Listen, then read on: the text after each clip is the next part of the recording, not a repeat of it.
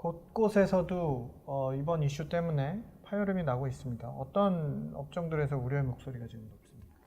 뭐 일단은 중국의 보복 관세로 뭐 아까 말씀하신 것처럼 농업 부분이 제일 많이 타격을 받을 것이고, 네네. 그 다음에 또 보잉 같은 그런 기업들 중국에다가 이제 수출을 하는 네. 그런 보복 관세로 인해서 타격받는 그런 분야가 있고, 중국에 이제 또 관세 25%를 매기게 되면 아무래도 이제 그 소비자 우리도 예, 그게 결국엔 텍스니까 다 비싸지지 않을까요? 예, 다 비싸지죠. 예. 옷부터 시작해서 뭐 달러샵에 가서 살 게 없다라고 이제 볼 수도 있고요. 네. 그 말씀 중에 죄송한데 한 가지 그것과 연관돼서 이제 조금 우려스러운 부분이 지금 이제 트럼프 대통령은 이렇게 관세를 올리면서 지금 1,000억 달러 정도의 돈이 이제 미국 금고로 들어오고 있다. 당연히 관세를 올리면 제일 먼저 나타나는 현상은 뭐 세금을 더 걷게 되죠. 그거는 세수가 늘겠죠. 예, 세수가 늘니까 네. 당연한 건데 우리가 흔히 정부와 국가를 이렇게 굳이 구분할 필요가 없을 수도 있지만 사실 정부와 국가는 다르거든요. 특히 이제 미국의 연방정부는 여러 가지 정부 중에 하나일 뿐인데 연방정부에 유리한 일이 미국을 위해서 유리한 일이 될 수도 있고 반드시 그렇지만 않을 수도 있는데 지금 이제 그것도 좀 우리가 주목을 해봐야 될 것 같아요.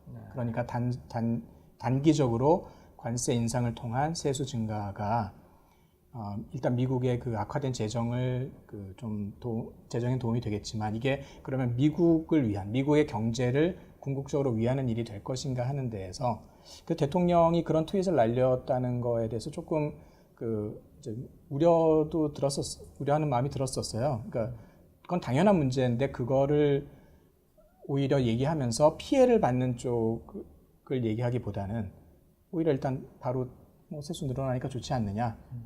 근데 그 세수를 누가 지불하느냐에 따라 또 사실은 약간 좀 이제 관건이 보는 관점이 좀 다르긴 하죠. 왜냐하면 지난번 같이 그 관세를 10% 올렸을 땐 중국이 대응했던 방법은 위안화를 절하를 했거든요. 그러면 위안화를 절하를 하게 되면 사실 미국 소비자가 지불해야 되는 부분은 별로 없어요. 왜냐하면 그거는 사실 그 중국 기업들이 수출하는 쪽에서 지불하게 되는 거니까. 네. 하지만 요같이 이제 그 소비재가 이제 3천억 달러가 거의 이제 소비재인데 아이폰도 포함이 돼 있고 이런 것들은 사실은 지금 중국 입장에서 위안화를 절하를 지금 거의 7위안화, 뭐 1달러에 7위안화까지 지금 접근한 상태에서 여기서 어떻게 더 절하할 것 같지는 할 수는 없을 것 같아요. 만약에 그렇게 되면 미국에서도 그걸 용납하지 않을 거고 나이키 같은 그 신발을 제조하는 그 스포츠 용품이나 뭐 리테일 그 관련 업체에서 뭐 관세를 멈추려 하고 이제 지금 백악관에다가 이제 요구를 했는데 이번 관세로 뭐 한 12,000개 정도의 가게가 이제 문을 닫을 것으로 문을 닫을 수 있다. 거라고 이제 지금 예측을 하고 있고 무엇보다도 관세는 어쨌든 간에 경제학 입장에서는 보면은 약간 이런 외부를 통해서 생기는 그 엑스터널 샥이잖아요. 그래서 소비자 지수가 이제 올라가게 되는데 이거는 사실은 약간 유가 상승하고 좀 비슷한 역할을 한다고 봐요. 그러면 아무래도 이래저래 미국 경제가 지금 소비가 70%를 차지하고 있는데 미국 소비자들은 그 소비를 줄이게 돼 있죠. 네. 그러면 아무래도 미국 경제가 적게는 한 2, 3%라고 보고 있지만 또 이게 장기화되면 마이너스 1%까지 이제 하락할 거다라는 그런 여러 가지 리포트가 있습니다. 지금 상세에서는.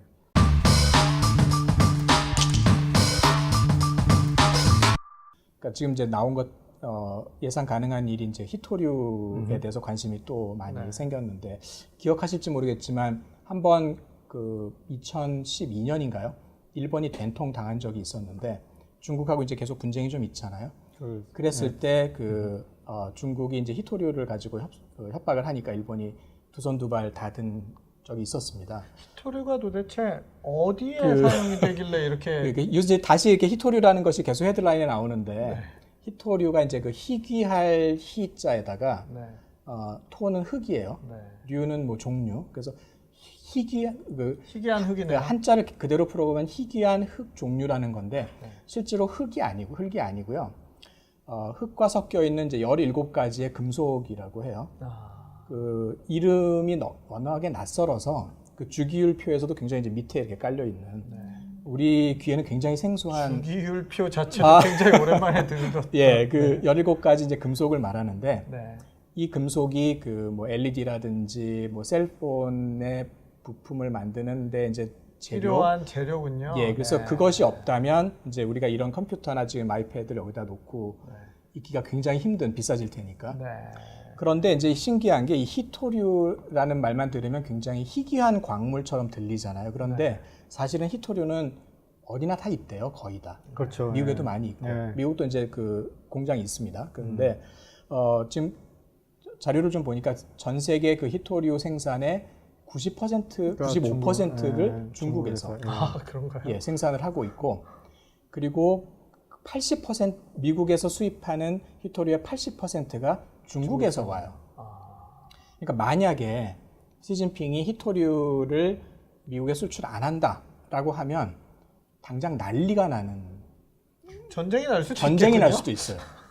그런데 그러면 희토류라는 게 그런 금속들이 그렇게 많은데 왜 그러면 우리는 생산하지 않느냐? 네. 이제 생산비가 비싸고 또 이 방사능 환경, 물질 예. 때문에.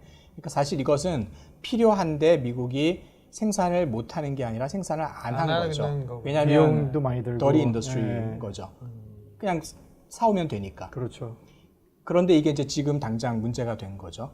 그래서 이제 미국에서도 만약에 이게 이제 그 공급이 중단된다든지 감소한다든지 하면 계속해서 개발을 하겠죠. 그렇죠.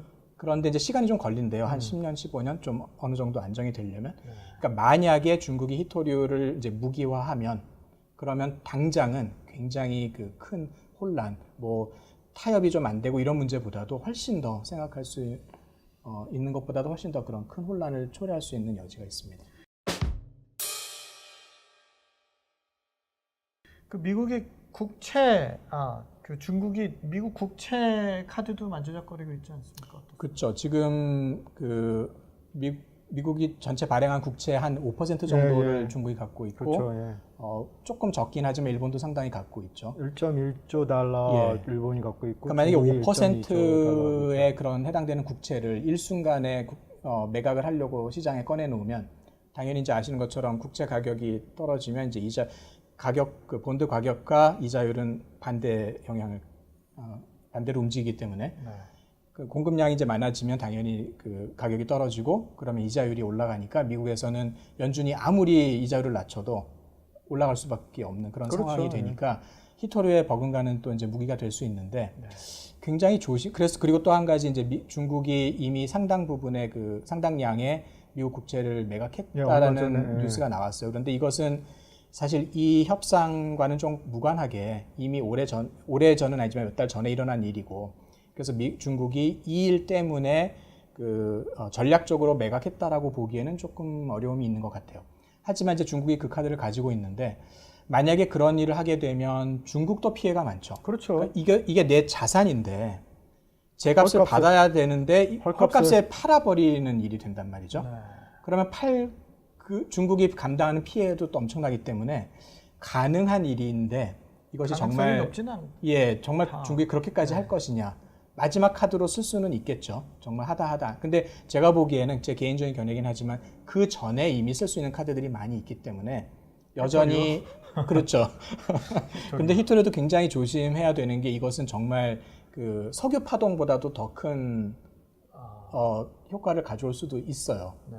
어떻게 사용하느냐에 따라서. 그렇기 때문에 굉장히 조심스러운 것 같습니다. 연준의 기준금리에 대한 스탠스 어떻게 가져갈까요? 좀 하락할 걸로 보십니까? 우리 하 교수님부터 한번 예측을 한번 해보실까요? 어떻게 생각하십니까? 지금 글쎄 쉽지 않은 부분이기는 하고 연준이 그 지난번 발표한 이후 그때 발표할 때 우선 그 당분간 인상은 없을 거다. 그렇죠. 하락시킬 거다는 아니고 인상은 없을 거다 이렇게 이제 얘기를 했잖아요. 그럼 이제 우리가 봐야 될 것은 그 이후로 과연 상황이 얼마만큼 바뀌었나, 악화됐나, 뭐 좋아졌나.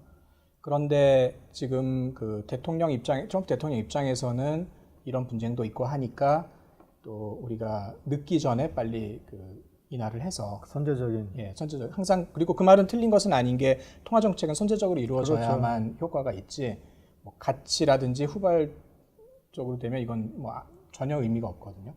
그런 면에서 원론적으로는 맞는데 이제 연준 입장에서 볼 때 그럼 과연 그때부터 지금까지 상황이 그렇게 나빠졌는가 인하를 시킬 만큼 서둘러서 근데 모르겠습니다. 그들 판단이기는 한데 제가 보기에는 뭐 그렇게까지는 대통령이 요구하고 있는 것은 사실이지만 지금 드러나는 걸로는 뭐 그렇게까지 나쁘지는 않고 오히려 지금 미국의 그러니까 수치상으로만 우리가 항상 갈 수는 없는 거긴 해도 GDP 성장률도 또 기대보다도 좋게 나와서 또 많이 놀라기도 하고 네.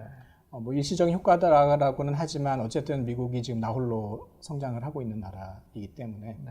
그래서 지금 당장 오늘 시점으로 봤을 때는 연준이 이렇게 급하게 그 정책을 선회해서 네. 하락할 이유는 없어 보이지 않는가. 네. 그래서 저는 연준이 금리 인하할 거라고 봅니다. 그래서 시장도 그거를 기대하고 있고, 그래서 주식 시장도 그걸 기대하고 있기 때문에 사람들이 그렇게 막 주식을 던지고 있지 않다고 저는 생각을 하고 있어요. 알겠습니다.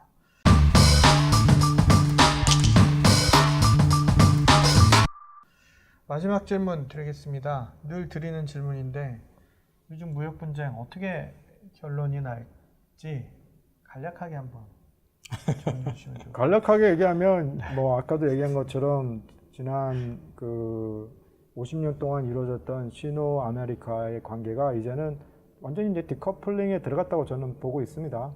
예.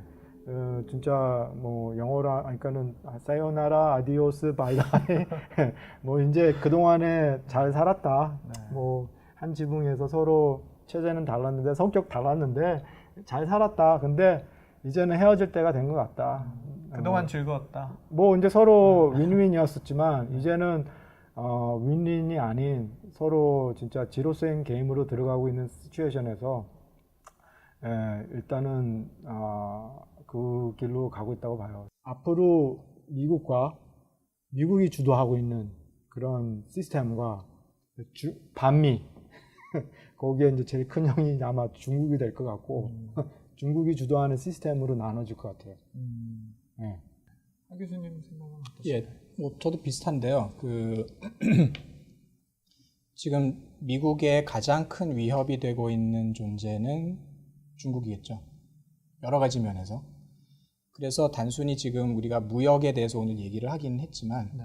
그래서 제가 조금 오버하는 건지는 모르겠는데, 이제 이란의 지금 중동 지역에서